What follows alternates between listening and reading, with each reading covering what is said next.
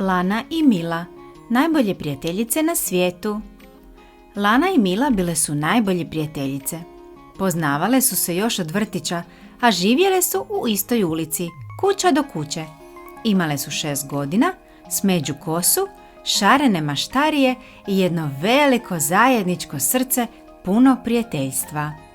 Svako jutro, čim bi Lana otvorila oči, pitala bi: "Mama, mogu li kod Mile?" A Mila bi u isto vrijeme pitala svoju mamu: "Je li Lana budna?" Nisu bile sestre, ali ponekad su se tako osjećale. Sve su radile zajedno. Igrale se, crtale, plesale, čak su imale i tajni klub koji su zvale Srčeka zauvijek. U tom klubu bilo je samo jedno pravilo: uvijek biti dobra prema najboljoj prijateljici. Jednog dana su zajedno pravile kućicu od jastuka i deka. Mila je rekla: "Ovo će biti naš dvorac." A Lana je dodala: "I ti si moja princeza." I stvarno, dok su sjedile unutra i jele kekse koje su im mame dale, osjećale su se kao dvije prave kraljevne iz bajke. Lana je voljela crtati mačke, a Mila pse. Kad bi crtale zajedno, Lana bi nacrtala mačku, a Mila psa, i onda bi ih spojile da se drže za šapu. "Kao mi," rekla bi Mila. "Najbolje zajedno," dodala bi Lana. Kada bi jedna bila tužna, druga bi to odmah znala. Jednog dana Lana je pala i ogrebla koljeno. Nije plakala, ali Mila je primijetila da ne trči kao obično. Sjela je pokraj nje, zagrlila je i rekla: "Znaš što pomaže? Jedan super zagrljaj i jedan smiješni ples." Mila je odmah počela skakati i plesati kao mala žaba.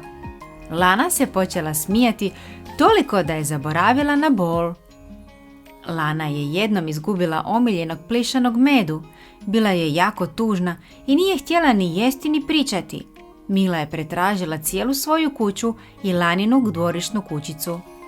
Kad ga je našla ispod klupe u vrtu, dojurila je i rekla: "Medo kaže da ti jako nedostaje i da te voli najviše na svijetu." Lana je zagrlila Milu i rekla: "Ti si najbolja prijateljica na cijelom svijetu." Ponekad su se i posvađale. Možda zbog toga tko će prvi ljuljati lutku ili čija je boja ljepša. Ali nikad se nisu dugo ljutile. "Zamisli da se posvađamo i više nikad ne igramo," rekla bi Mila. "To bi bilo kao da sunce ode i nikad se ne vrati," odgovorila bi Lana. I onda bi se zagrlile i rekle: "Mi smo Srčeka zauvijek." Zajedno su učile voziti bicikl, kuhale kolače s mamama, gledale crtiće i izmišljale pjesmice. Kad bi jedna nešto novo naučila, odmah bi učila i drugu. Kad bi jedna imala loš dan, druga bi napravila sve da ga pretvori u dobar. Lana i Mila su znale da imati najbolju prijateljicu znači da nisi nikad sam. Znači da imaš nekog tko te zna bolje od svih, tko te voli i kad si vesela i kad si mrzovoljna, tko ti čuva tajne i s kim sve ima poseban sjaj. Jednog dana su odlučile napisati pismo same sebi za kad budu velike. U njemu je pisalo: "Draga Lana i draga Mila, nadam se da ste još uvijek Srčeka zauvijek. Nikad ne zaboravite kako ste zajedno bile sretne. Čuvajte jedna drugu baš kao i sada.